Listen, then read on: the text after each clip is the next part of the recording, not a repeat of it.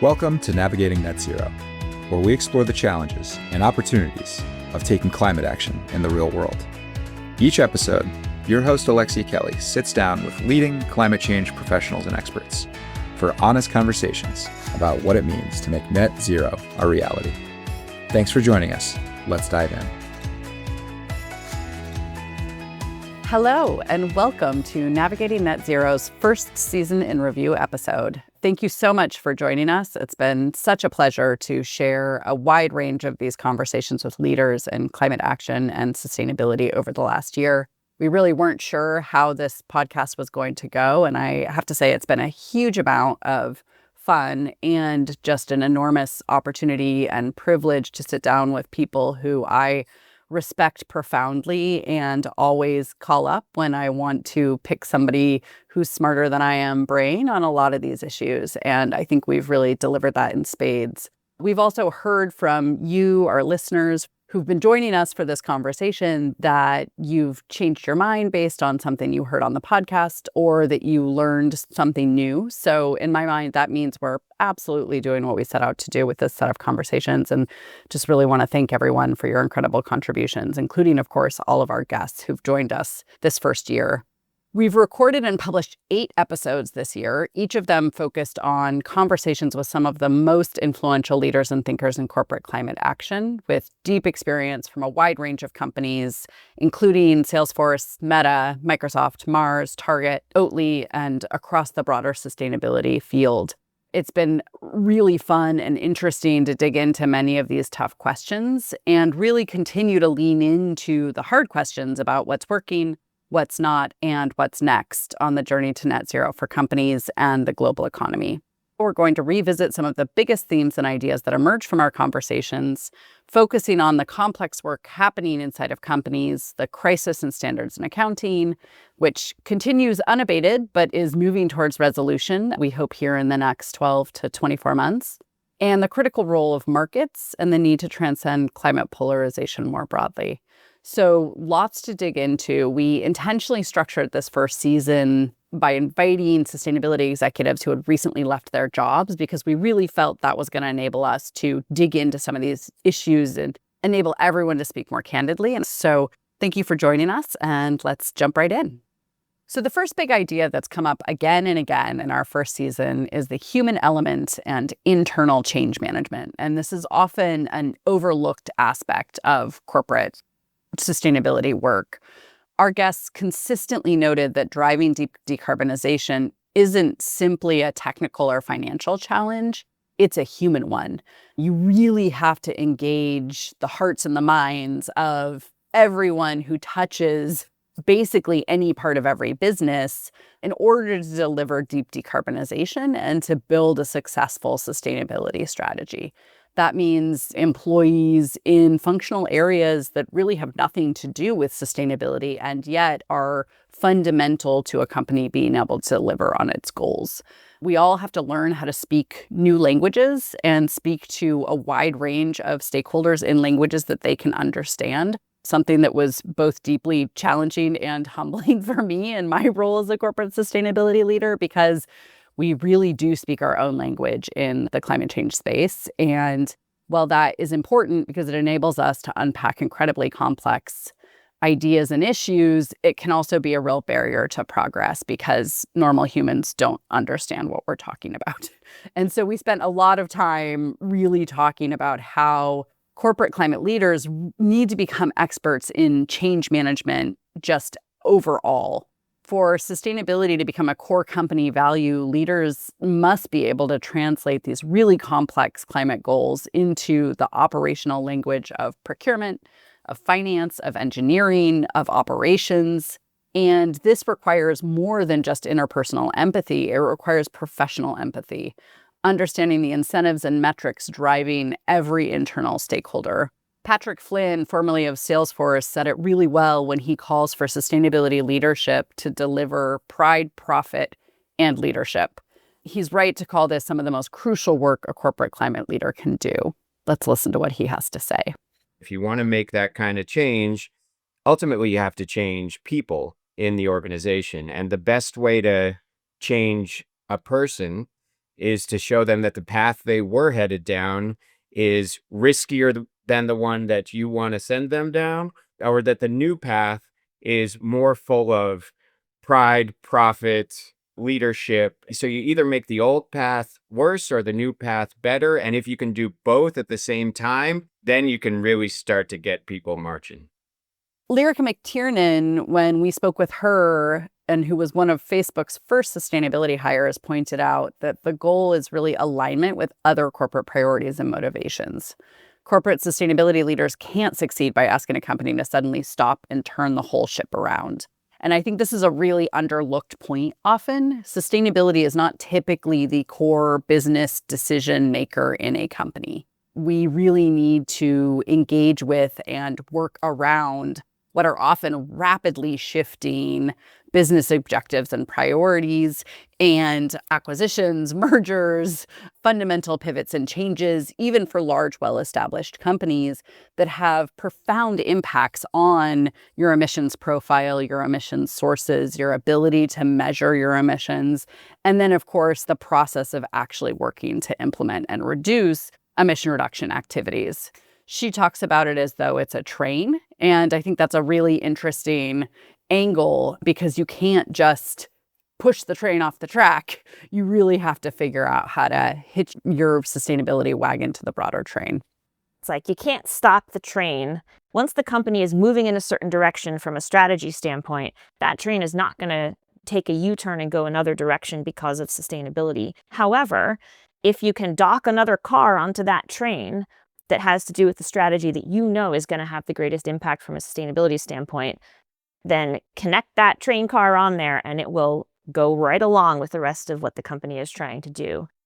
So one of my favorite and I think most important and impactful and until fairly recently almost entirely ignored theme and idea from these conversations is just how challenging and how important and fundamental the carbon accounting and standards are, and how they've unintentionally complicated and in many cases even chilled corporate climate action and investment.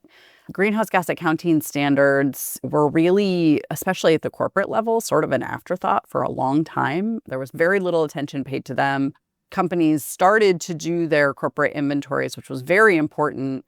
But all of the sudden, everyone is talking about greenhouse gas accounting because those rules have both mobilized and directed billions of dollars of investment, particularly in renewable energy, but are also causing an incredible amount of confusion. So a recurring source of frustration for our guests and a consistent theme was the instability and lack of clarity in global climate action accounting standards is really hurting us right now. Whether it's scope 3 volatility in agriculture and how you account for those emissions, or the ongoing and raging debate about treatment of electricity accounting, greenhouse gas accounting remains a deeply imperfect field, but an essential one, and one that is undergoing a really profound reset and recalibration. I'm optimistic that this reset and recalibration is actually going to lead to a better system that works both better for the environment and for companies that are seeking to use and implement these rules and standards. But we still have a long way to go. And this uncertainty that we're currently experiencing is creating really significant risks for companies and chilling investment, especially when standards shift midstream or where they continue to not provide the clarity that companies really need in order to direct and mobilize billions of dollars. So we hear from companies on a regular basis that they are not making investments in decarbonization because they don't know how to count it. And as environmentalists, as standard setters, and as activists, that should be unacceptable to us. We need to figure out a path to enabling every legitimate action to be recognized and reflected and to be counted in a way that really does ensure that we are leaving no mitigation options on the table and that we are driving and mobilizing capital as quickly as we humanly can. Holly Ladd dug into this a bunch, and she explained in her interview that much of the challenge stems from using tools designed for one purpose, so allocation through attributional accounting or greenhouse gas inventory systems to achieve what is fundamentally another purpose, which is how do we measure the impact of the actions that we're taking to address and mitigate climate change. So she talks about it like a pie, and I think that really helped me think in a clearer way about many of the challenges that we're facing. And I hope it helps you too. So let's hear what Holly has to say. For me, it gets back to during my time at GHG Protocol and what, if you read the Scope 2 guidance, they're asking, how do we divide up the pie? How do we assign based on contracts or other things the right emissions to whom? Your companies, if you're trying to reduce greenhouse gas emissions, that's not your primary question. You need to look to other systems because you're going to keep running into the same problem if you're using the wrong tool for your purpose at hand. And it's scary because it's so much easier to say, I'm sticking with the standards. I'm going to wait. I'm not going to do anything until I have clarity, because that's where most companies are at. And if you stick your neck out there and do something that's, quote, not in the standard, which is a misnomer, you're afraid to get blowback, and you're doing offsetting, which you know more about that than me. But I often think about George Carlin, like, mine's an inset and yours an offset. Like, it's the exact same damn project at the end of the day. Yep. But this is actually potentially a great opportunity. We're not going to have clarity from Greenhouse Gas Protocol for 2 to 3 years. They're still, if you read the Scope 2 draft, they still believe in this kind of like look down, count match by match theory of change, thinking that will increase demand for RECs at certain times, despite what you said, that actually a very small percentage of companies are actually doing this. And then that will bring the supply of new technologies. And that's not what we've seen in the market. So they actually aren't answering the question people need to answer. They're doubling down on the system that got them here.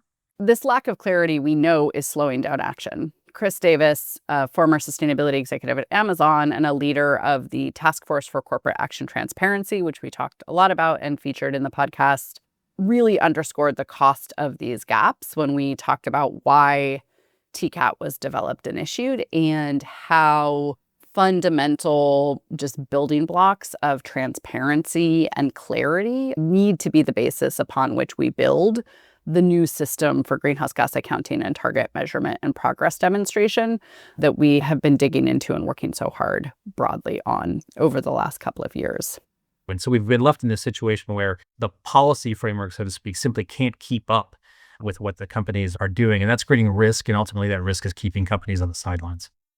And Ashley Allen, drawing on her experience at global food brands Mars and Oatly, highlighted that companies must embrace transparency and humility when the numbers change unexpectedly. And just as someone who's worked in this space now for a long time, I think people really appreciate, consumers appreciate honesty. And they really want and will be sympathetic to challenges. And so I think there's a real challenge and balance that we're collectively trying to strike in the corporate sustainability space, where you're explaining, hey, this is really hard and it's expensive and it's slow and the technology is not available yet. And we have a lot of barriers that we're working to overcome. Here's what those barriers are and here's how we're overcoming them. And being really honest and open about that is important for both educating your consumers and stakeholders and also just giving yourself some breathing room to acknowledge that, like, this is not all sorted out yet. And we don't have all of the answers. And the technology isn't available. And often it does cost a lot more. That kind of thing is still happening today. So for any company that's kind of going through that, it takes this level of humility and really transparency on this learning journey as things change. But then also talking really about the wins and celebrating the impact that we can drive with the resources that we have today. So really looking at and thinking about and talking about and celebrating even the boring but super important stuff like energy efficiency improvements, which drive really meaningful emission reductions and savings and can often help pay back in a very short period of time. So as renewable energy continues to become more accessible and affordable, as energy efficiency measures and digital and remote technologies and sensing capabilities unlock new opportunities for energy efficiency, demand-side response, savings in the electricity sector, all of those things can also be sort of lifted up as the really just important and fundamental steps that companies are taking. We also really need to work hard, and we'll talk about this in just a minute, in further articulating and clarifying the role of market-based mechanisms. So a clear point of consensus across every practitioner conversation this season was that market-based mechanisms, whether they are renewable energy certificates, carbon credits, or instruments for sustainable aviation fuel, are not an optional ideological choice, but they're really a fundamental necessity for achieving scale, speed, investment, and real impact in the real world, particularly where you're looking at Scope 3 decarbonization. There is no world in which companies that operate in the real world today are able to do deep decarbonization in their supply chains without market-based accounting. It's just not possible. And so really building the transparency, accountability, and accounting systems to enable us to deliver high integrity, market-based systems that then enables us to deliver a carbon price, which is fundamentally what these instruments are designed to do, is going to be super, super important. So especially for high growth companies whose operational emissions are hard to eliminate, market-based mechanisms allow them to invest where mitigation is most effective and affordable globally. I've been reflecting a lot on just the fact that we've actually made incredible progress on this in the environmental community. And thanks to the hard work of the Science Based Targets initiatives and others, we now have very clearly established that it is no longer optional for companies to focus both on their internal emission reductions, to do that hard work we were just talking about around deep decarbonization, but also that there's a whole bunch of ongoing residual and unaddressed emissions that companies can and should take responsibility for. And taking responsibility for those emissions can look a lot of different ways. But market-based mechanisms and investment in high-quality carbon credits is a really essential, immediately available and affordable pathway for companies to take action. Liz Wilmot really talked about that well when she noted some of the challenges, given the fact that most companies are still operating in an economy that is predominantly fueled by and will continue to be predominantly fueled by fossil fuel-based infrastructure. I really think about this as a good plan is a plan that works. And in 2050, 2030, let's call it even 20, let's just make it 5 years out. In 2030, we need to have far more ubiquitous climate solutions than we have today. Right now, if a corporation wanted to fly its employees on clean, let's call them clean airplanes, they would not necessarily be able to use the molecules of sustainable aviation fuel in the exact planes that the employees are flying in, just because of the nature, the solution set, sustainable aviation fuel, is not ubiquitous enough. So therefore, similar for renewable energy, the electrons are not going into the data centers because they're just not plentiful enough yet. And that's why we need to be able to allow corporations to finance who fund these solutions in a meaningful way, of course, in an additional and meaningful way, to be able to get some credit for it in a double ledger format. It doesn't mean they shouldn't be transparent about what their physical, literal emissions actually are, but they should be able to get credit for some of the funding that they're putting toward these solutions. To me, it's as simple as that. And we talked a little bit about financing as well. And this is an area where we will dig in more in future episodes. It's a particular area of interest of mine after having worked in blended capital and finance mobilization for a number of years in private equity after leaving the State Department. But Holly really noted the financial realities of this transition and that technology prices alone do not necessarily guarantee deployment.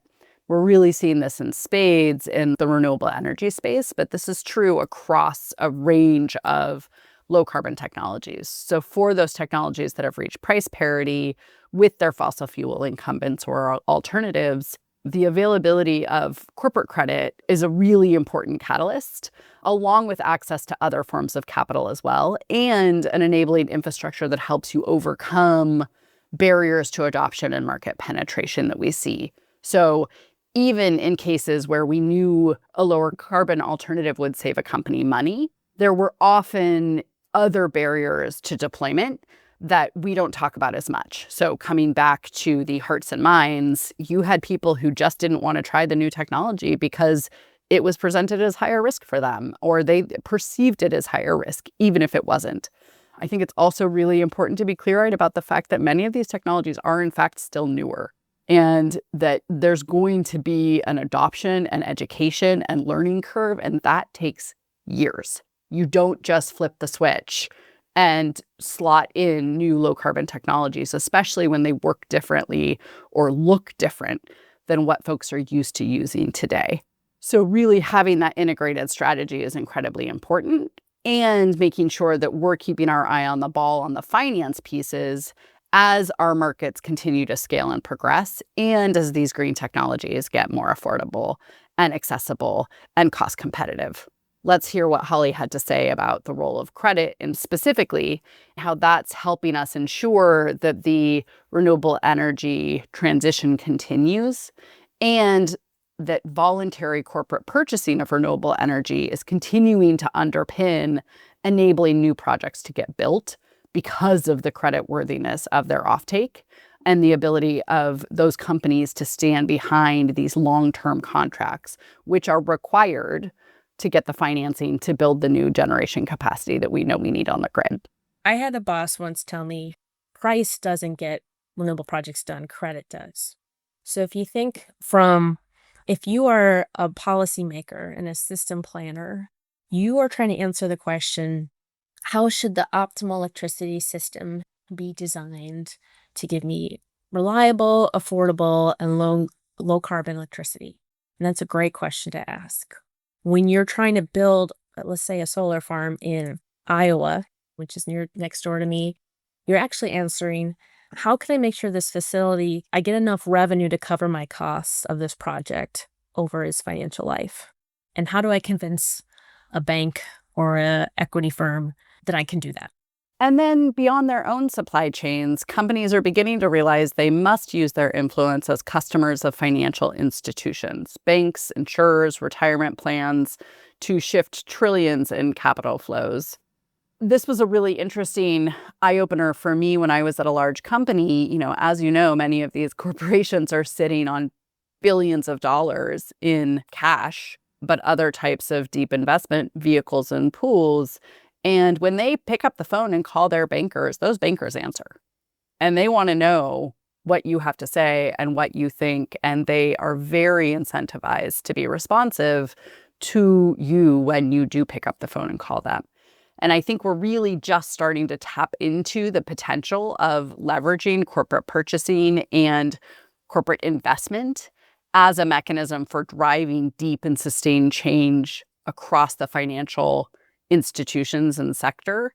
And we're really excited to both dig into this, and Patrick alluded to some of the good work that he had been doing when he was working on these issues and continues to work on these issues in his role at Switchboard. Let's hear from Patrick. But the exciting thing is we know how to do this. We know how to use our customer voice, call for an alignment on shared values, innovate together, get to the teams inside the banks that are excited to hear a customer serious about it, and light them up. And so you've got banking, same happening on the insurance side of things with premiums for the planet. Change your broker of record from anonymous broker to premiums for the planet, and join a movement that can reshape the insurance industry. And same with retirement plans. So I moved my own 401k over to Carbon Collective, and between banking, insurance, and retirement plans, we have the ability to shift trillions of dollars of capital flows away from dirty and towards clean, again, with that common theme of customer voice, customer pressure, encouraging suppliers to outcompete and win the business of those who have shared values. So the other key theme that we heard across almost all of the conversations we had was that in this time of immense urgency, we heard serious concerns that infighting and purity tests within the climate community are stalling progress. Jenny Morgan, when we talked to her about her book, Cancel Culture and Climate, really articulated the difference between constructive accountability and destructive cancel culture in sustainability. And she emphasized that prioritizing shame and blame over action is antithetical to the collaboration that we're going to need to win in the long term. And I've been thinking a lot about this recently, is just what is that push-pull? How do we balance the accountability and the need to really keep companies accountable and make sure that we are paying attention to what they're doing, given the fact that they control huge volumes of both money, emissions, and power? And how do we really make sure that we're creating the space to enable them to move? And for the companies that want to move, how do we enable them to do that quickly and with clarity? Let's hear from Jenny about her views on what happens when we prioritize shame and blame over action. I think that when people are feeling really passionate about the crisis that we're in, a lot of times I'll get accused of being somewhat empathetic to those that are polluters. And while I can empathize with that frustration, I want to see positive engagement that gets more action. And so cancel culture divides and shames. Its purpose is to call someone out, someone or a person or a company or a country or just some entity, call them out and get them to stop. Whereas accountability is showcasing a problem and then working together to offer solutions. And so one is very negative and one is very positive. One wants you to stop and just completely disappear, and one wants you to actually do better and improve. It should go without saying, but we'll say it anyway. The urgency of the climate emergency demands that we accept imperfection and utilize every available tool. That does not mean that we excuse lack of transparency, greenwashing, obfuscation. But what it does mean is that we are truly creating an accountability and transparency framework that enables us to use every single tool at our disposal, because we desperately need all of them. If you've looked at the numbers lately, you know that we are not winning. Global emissions continue to rise year on year, and we are gigatons away from delivering the scale of mitigation on an annual basis that we need to be. So we do not have the luxury of picking and choosing which mitigation technology or tool we prioritize and like best. We need them all, but we also need them to be working. Liz Wilmot, reflecting on her work leading Microsoft's strategy, argued for intellectual flexibility.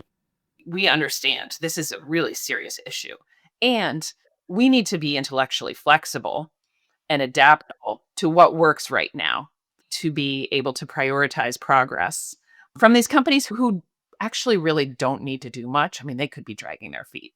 So one of the core roadblocks that we called out was, and actually I should say, one of the core solution pathways that we see is to prioritize progress over perfection.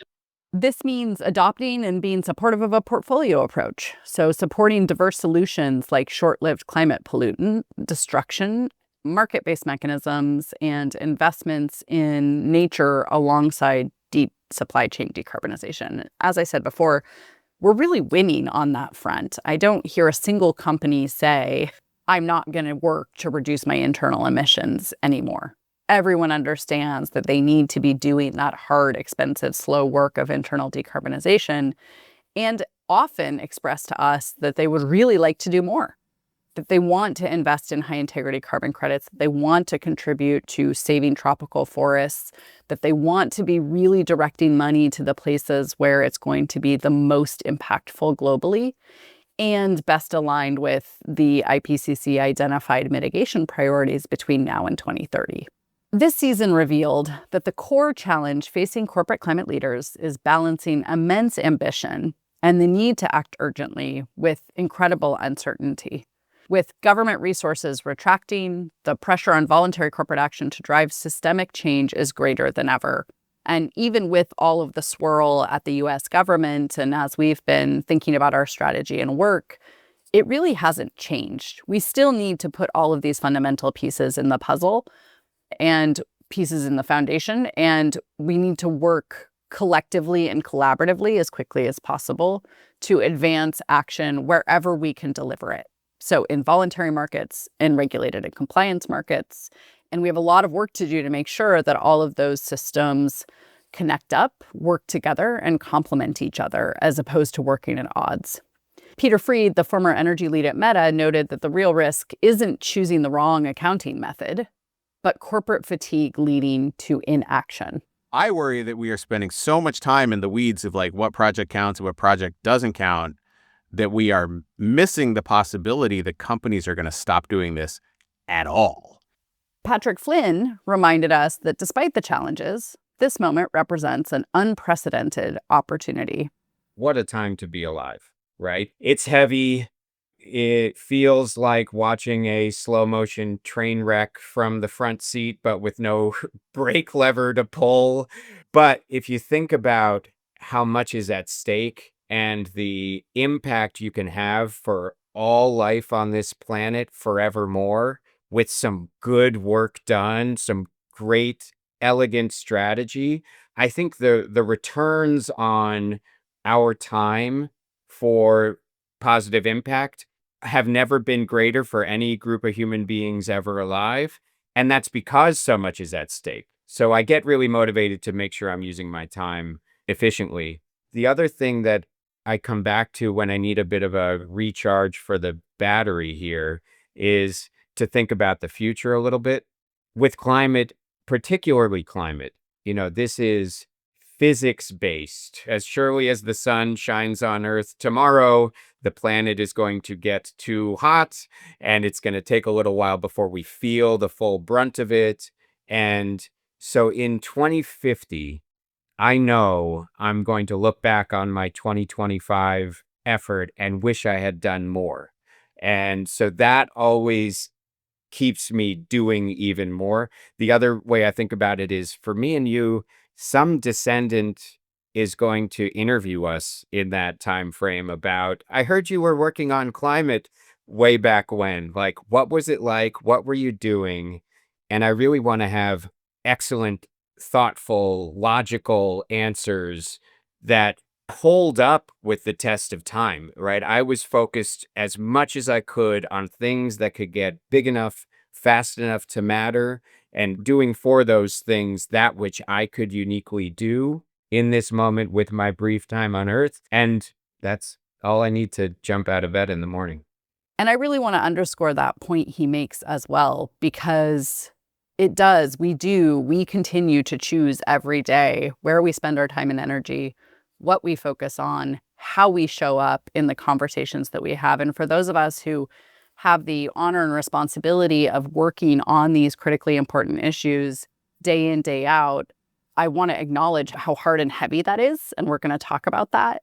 But also, I feel deeply grateful that I get to make my living working every day to try and make the world a better place. And I know many of you feel the same way. And so I just want to close out this session saying thank you to all of you for doing this incredibly heavy lifting, especially those of you who are inside of companies, because I know firsthand how hard that work is. And I know what grit and determination and perseverance and spirit it takes to do those jobs. So thank you for continuing to push, to do the hard work. And as we continue and close out season 1 of Navigating Net Zero and look towards season 2, it's very clear that the path ahead demands ambition, transparency, and a renewed focus on collective impact and collaboration. We can and are putting progress ahead of perfection, and we should do everything we can to provide as much support as possible for every viable climate solution, because we all know it's going to take all of them. Thank you so much for tuning in to season 1 of Navigating Net Zero. Keep up the great work, and please join us next season. That's it for this episode of Navigating Net Zero. If you enjoyed the conversation, be sure to follow or subscribe, and help us spread the word by sharing this episode with your friends and colleagues. Thank you for listening. Until next time, be well and keep up the great work.